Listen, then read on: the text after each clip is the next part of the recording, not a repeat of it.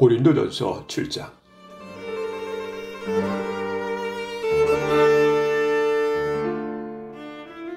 이제 여러분이 내게 보낸 편지에 사람이 결혼하지 않는 편이 더 낫다고 한 내용에 대해 말씀드리겠습니다. 음행이 성행하고 있으므로 남자마다 자기 아내를 두고 여자도 자기 남편을 두십시오.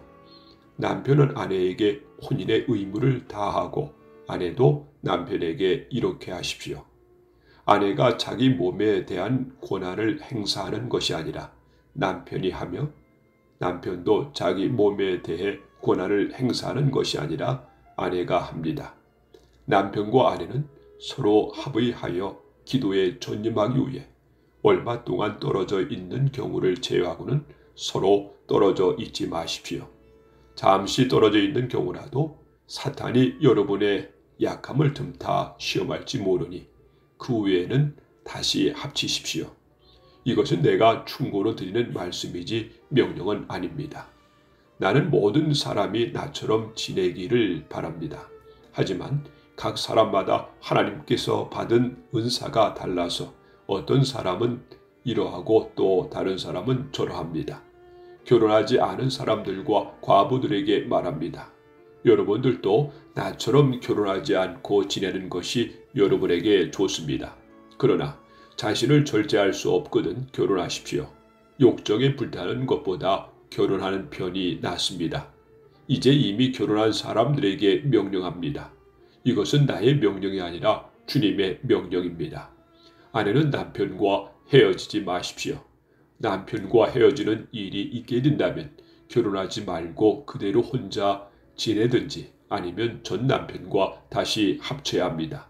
남편 역시 아내를 버려서는 안 됩니다. 그 외의 사람들에게 말합니다. 이것은 주님의 말씀이 아니라 내 생각입니다. 어떤 남자 신자에게 믿지 않는 아내가 있는데 그 아내가 남편과 함께 살고 싶어 하면 그 아내를 버려서는 안 됩니다. 어떤 여자 신자에게 믿지 않는 남편이 있는데 그 남편이 아내와 함께 살고 싶어 하면 그 남편을 버려서는 안 됩니다. 그것은 믿지 않는 남편이 아내를 통해 거룩해지고 믿지 않는 아내가 남편을 통해 거룩해지기 때문입니다. 그렇지 못한다면 여러분의 자녀도 깨끗하지 못할 것입니다. 하지만 여러분이 보시다시피 여러분의 자녀는 거룩합니다. 그렇지만 만일 믿지 않는 남편이 헤어지려면 그렇게 하도록 하십시오. 믿는 남자나 여자나 그런 상황에서는 상대방에게 얽매일 필요가 없습니다. 하나님께서는 우리를 평화롭게 살게 하려고 부르셨습니다. 아내된 사람이여 그대가 남편을 구원할지 어떻게 알겠습니까? 남편된 사람이여 그대가 아내를 구원할지 어떻게 알겠습니까? 각 사람은 주님께서 각 사람에게 나눠주신 대로 그리고 하나님께서 부르신 위치를 그대로 유지하며 살아가십시오. 이것은 내가 모든 교회에 세워준 원칙입니다. 부르심을 받았을 때 이미 할례를 받은 사람이 있다면 할례 받은 표시를 없애려 하지 마십시오. 그러면 부르심을 받을 때 할례를 받지 않는 사람이 있다면 할례를 받으려 하지 마십시오. 할례를 받았느냐 받지 않았느냐 하는 것은 아무것도 아닙니다. 하나님의 계명들을 지키는 것이 중요합니다. 각 사람은 하나님께서 그를 부르셨을 때의 상태 그대로 살아가십시오. 노예였을 때 부름을 받았습니까? 그것 때문에 마음 상하게 마십시오. 그러나 혹시 자유를 얻을 기회가 생기면 그 기회를 활용하십시오. 주님 안에서 부르심을 받았을 때 노예인 사람은 주님께 속한 자유인입니다. 이와 마찬가지로 부르심을 받았을 때 자유인의 사람은 그리스도의 노예입니다. 여러분은 값을 치르고 산 사람들입니다.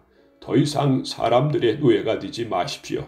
성도 여러분, 여러분 각 사람은 부르심을 받은 위치에 그대로 머물러 계시면서 하나님께 책임을 다하시기 바랍니다. 이제 여러분이 편지에 언급한 결혼하지 않은 처녀들에 관해 말하고자 합니다. 이 부분에 대해서는 특별히 주님으로부터 받은 명령이 없습니다. 하지만 나는 주님의 자비하심을 힘입어 믿을 만한 사람이 되어 의견을 제시하고자 합니다. 현재 겪고 있는 위기를 생각하면 결혼하지 않을 사람은 현재대로 지내는 것이 더 좋다고 생각합니다. 아내가 있는 사람이 있습니까? 아내와 헤어지려 하지 마십시오.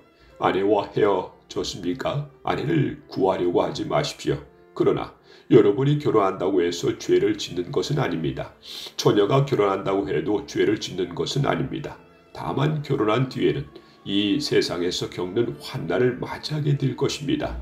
나는 여러분을 아껴서 이러한 말을 하였습니다. 성도 여러분, 내가 하고자 하는 말은 이렇습니다. 시간이 얼마 남지 않았습니다. 지금으로부터 아내가 있는 사람들은 아내가 없는 사람처럼 사십시오.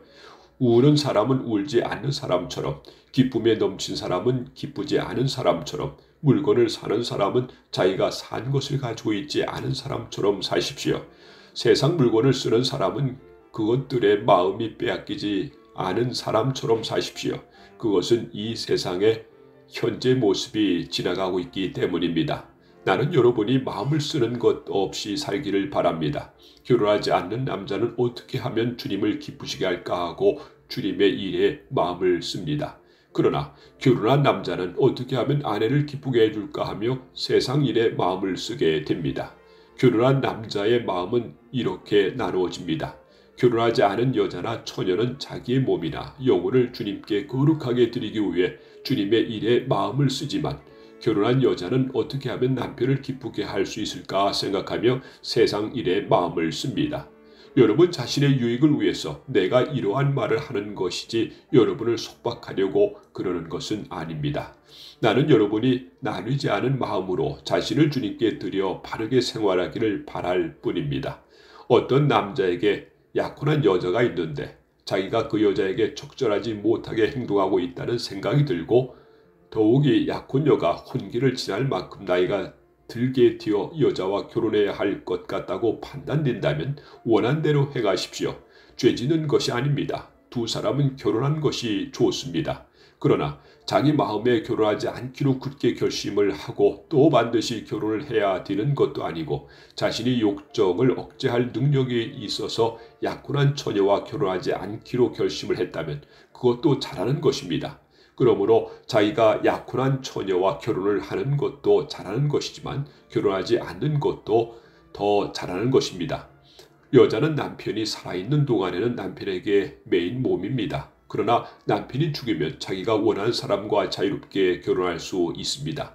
단 남편 될 사람은 반드시 주님을 믿는 사람이어야 합니다. 이것은 내 판단입니다만 그런 여자는 재혼하지 않고 혼자 지내는 것이 더 행복할 것 같습니다. 나에게는 하나님의 성령이 있다고 생각합니다.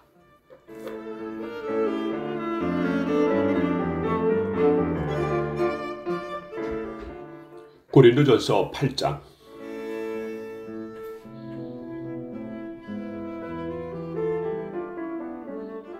이제 우상에게 제물로 바친 음식을 먹는 문제에 대해 말씀드리겠습니다.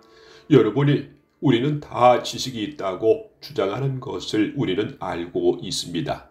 그러나 지식은 교만하게 하고 사랑은 덕을 세운다는 사실입니다.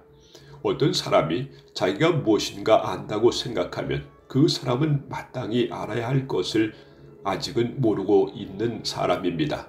그러나 그 사람이 하나님을 사랑하면 하나님께서도 그 사람을 알아주십니다. 이제 우상에게 제물로 바친 음식을 먹는 문제에 대해 이야기해 봅시다. 우리는 세상에서 우상이란 아무것도 아니며 하나님은 오직 한 분뿐이라는 사실을 알고 있습니다. 하늘이나 땅이나 신이라도 불리는 존재가 많이 있고 사실 많은 신이 있으며 많은 주가 있지만 우리에게는 아버지가 되시는 하나님 한 분만 계십니다. 만물이 그분에게서 나왔고 우리는 그분을 위해 살고 있습니다. 또 주 예수 그리스도 한 분만 계십니다. 만물이 그분 때문에 창조되었고 우리도 그분 때문에 살고 있습니다. 그런데 누구나 이러한 진리를 아는 것은 아닙니다. 사람들 중에는 아직도 우상을 숭배하는 습관이 남아 있어서 우상에 바친 음식을 먹을 때 그것이 우상에 바친 음식이라고 생각하며 먹는 사람들이 있습니다. 그 사람들은 양심이 약해졌고 더럽혀졌습니다. 그러나 우리를 하나님께 가까이 나아가게 하는 것은 음식이 아닙니다. 음식을 먹지 않는다고 해서 손해되는 것은 아니며 음식을 먹는다고 해서 이루어지는 것도 아닙니다. 그렇지만 여러분에게 있는 자유를 행사할 때 그것이 믿음이 약한 성도들에게 걸림돌이 되지 않도록 주의하십시오. 지식이 있다는 여러분이 우상의 신전에서 음식을 먹고 있는 것을 믿음이 약한 성도가 본다면 그가 용기를 얻어 그 사람처럼 우상의 제물로 바친 음식을 먹지 않겠습니까?